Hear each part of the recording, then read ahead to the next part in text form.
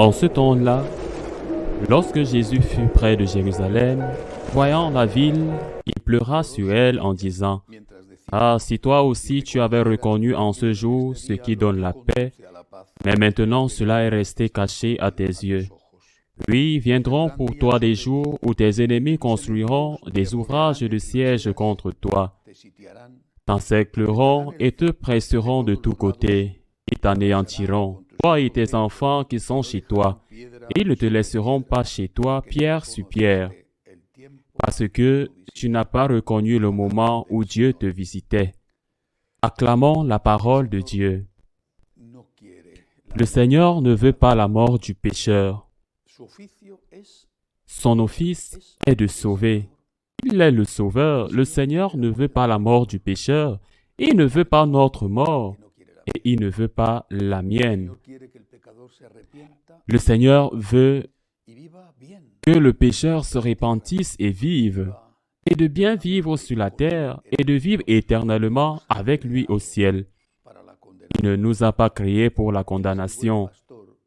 Il est le bon pasteur qui est parti à la recherche de la brebis perdue.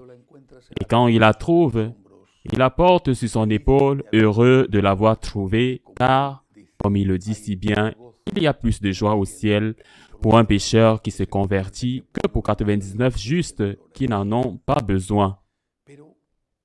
Mais malheureusement, certains persistent dans le péché, persistent à être loin de Dieu. Ils le font donc parce qu'ils se sont rendus au monde. Ils le font parce qu'ils ont perdu la foi. Ils le font parce qu'ils pensent peut-être qu'à la dernière minute, ils auront l'occasion de se repentir. Mais ils persistent sur ce chemin qui les mène à la perdition. Sur terre, s'ils meurent dans le péché, cela les empêchera d'entrer au ciel. Et alors, Jésus pleure. Et il le dit.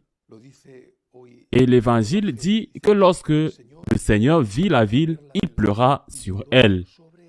Il y a un lieu, une belle chapelle, sur le mont des Oliviers. C'est entre la colline de l'Ascension du Seigneur et le jardin des Oliviers, au bas appelé Dominus Flevit. Le Dominus Flevit signifie que le Seigneur pleure.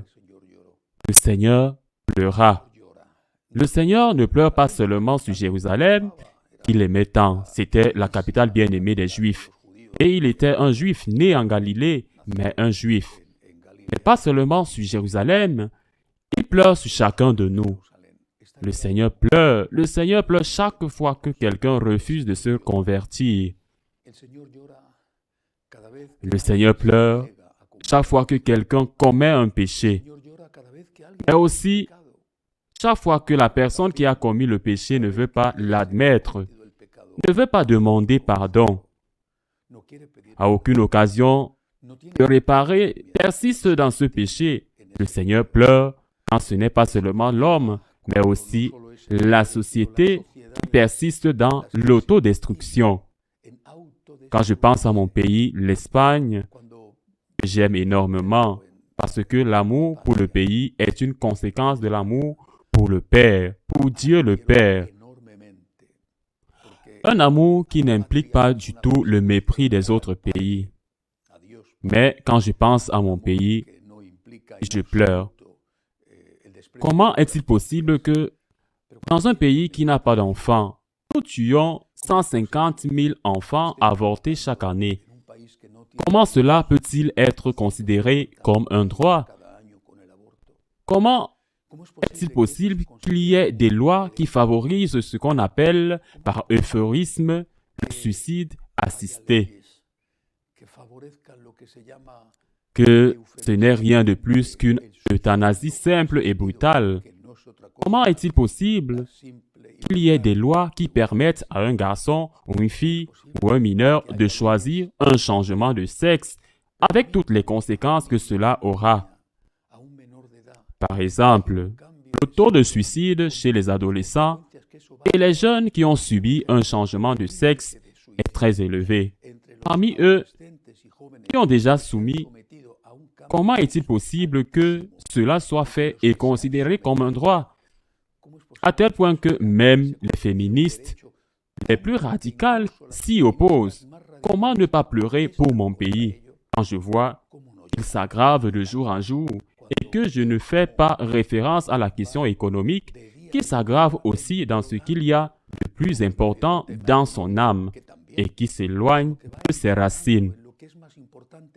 Comment ne pas pleurer pour l'Europe, cette merveilleuse Europe, l'Europe des cathédrales, l'Europe des grands saints, des grands penseurs, cette Europe qui recule décidément et qui avance résolument vers ses ruines dans tous les aspects.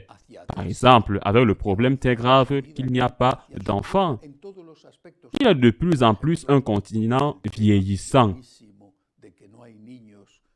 Comment ne pas pleurer pour des pays comme les États-Unis, ou le Venezuela, comme l'Argentine, comme la Colombie, comme le Pérou, comme le Chili, comme le Nicaragua, comme le Cuba, comme tant d'autres. Quand tu aimes une personne, tu pleures quand tu vois que cette personne se fait du mal. Tu pleures aussi quand cette personne subit l'agression d'une autre. Mais c'est encore plus douloureux et plus triste quand la personne s'auto-détruit. Ça peut aussi s'appliquer aux nations, aux pays, aux familles, aux groupes, à l'Église. Le Seigneur a pleuré pour Jérusalem. Le Seigneur pleure pour chacun de nous. Le Seigneur est un Sacré-Cœur. Il est la miséricorde divine. Il est le Dieu de la compassion. Mais c'est nous qui persistons à nous éloigner de lui, à fermer la porte à la miséricorde, en niant même l'existence du péché pour ne pas avoir à passer par le pas si grand de l'humiliation, de nous reconnaître comme pécheurs et de demander pardon. Remercions Dieu pour ses larmes et ne le provoquons plus. Il suffit de dire « Seigneur, pardonne-moi » 70 fois, 7 fois. Le Seigneur a dit qu'il nous pardonnerait. C'était une façon de dire qu'il le ferait d'une manière infinie, 70 fois 7. Si nécessaire, chaque jour, « Seigneur, pardonne-moi, je t'en supplie. Je suis un pécheur. Pardonne-moi, Seigneur. Aide-moi, Seigneur.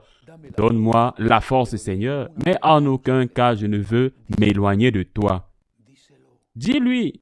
Dis-le-lui, ne t'obstine pas à dire que ce que je fais n'est pas mal. Dis-lui, Seigneur, ce que je fais est mal. Je suis une personne faible. Dis-lui, aide-moi, Seigneur, je veux être avec toi, car c'est ce qu'il y a de mieux pour moi sur la terre et au ciel. Ne fais plus pleurer le Seigneur. Ainsi soit-il.